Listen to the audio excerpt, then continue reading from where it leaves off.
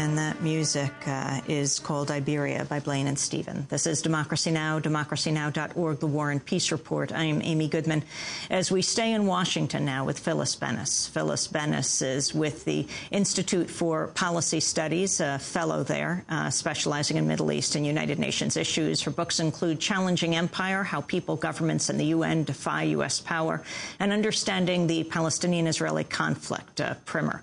Phyllis, can you talk about what happened at the United Nations this weekend?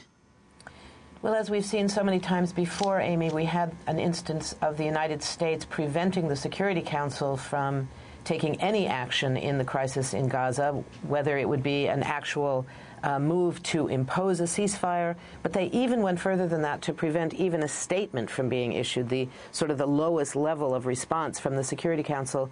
The UN diplomats essentially said exactly what Condoleezza Rice said 2 years ago at the time of the Israeli attack on Lebanon, when she went before the Council and said, we don't want a ceasefire yet, essentially telling the world there's not enough dead people yet. We want more dead people before we will call for a ceasefire. And that has been the consistent position of the Bush administration, including President Bush himself on his weekly radio address. And it was the same position taken this weekend. This was now the second time that the Council has discussed the issue.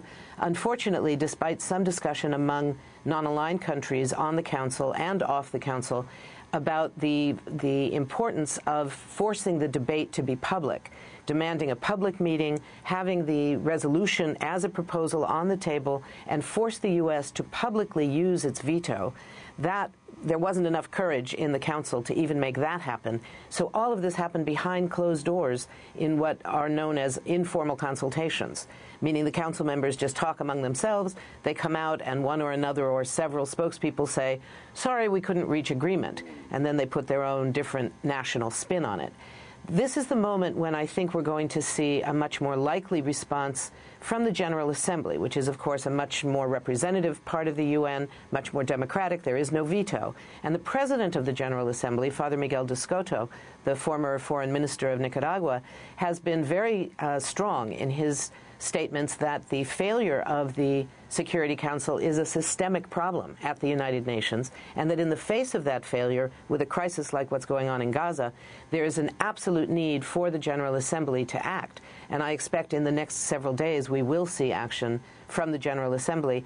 The Security Council is scheduled to meet again today. I don't anticipate that the result will be any different than what we saw over the weekend.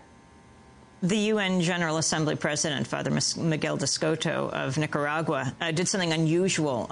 He went to the microphone of the UN Security Council. Can you talk about the significance of this? This was a very interesting move because traditionally, it's not a rule, but by tradition, the General Assembly President does not participate in the discussions of the Security Council. In general, I must say that the past presidents of the General Assembly, who are appointed as individuals, they're not there to represent their country, they're there as an international diplomat, they've taken very soft positions. They've not really functioned as political actors in the UN context. The experience that we've had just in the last couple of months that Father Miguel has been the president, he has taken a much more assertive position, has taken much more responsibility as the president of the General Assembly, the most important part of the United Nations, in fact, because it represents every member state.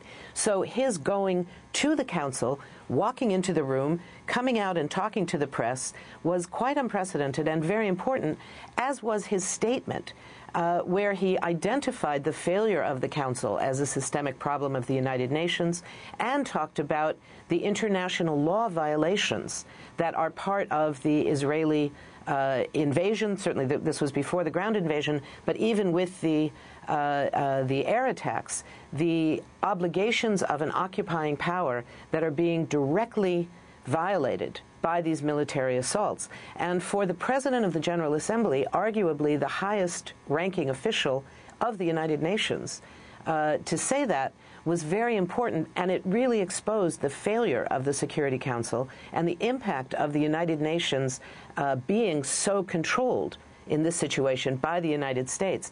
That's something that I think many at the UN and many around the world are looking to for major change with Barack Obama's presidency, who has claimed that he has a far greater commitment to internationalism and to the rule of law and to the United Nations, making again the UN ambassador to the U.S. A cabinet-level position. These are all symbols that perhaps we will see some change in the U.S. posture towards the UN. There have been massive protests all over the world. Thousands of people marched in New York, among many other cities, this weekend against the Israeli attack on Gaza, holding up signs around the issue of divestment from Israel. Can you talk, Phyllis, about the significance of this movement?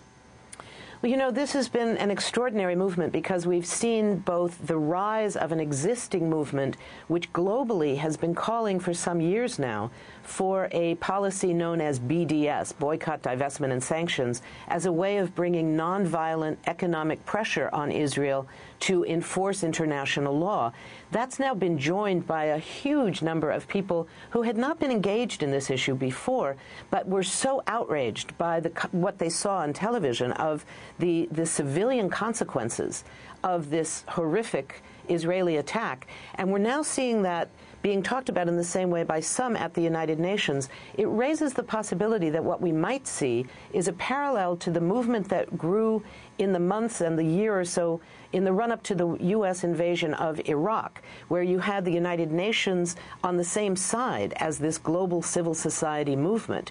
And I think that there is some great hope among civil society activists, those who are, such as the activists inside Israel, who sat in on the tarmac of the military airfield to try and prevent the planes, the bombers, made, of course, in the United States.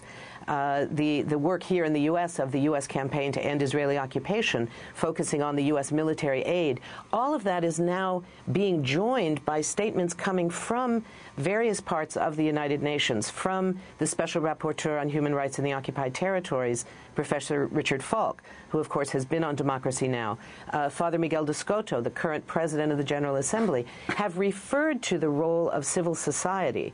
And, in fact, Father Miguel has referred to the importance of the UN following the example of civil society in considering these kinds of sanctions, perhaps military sanctions, against Israeli violations. So it's a very important collaboration that we're now seeing on the rise again between civil society and social movements and the United Nations. I want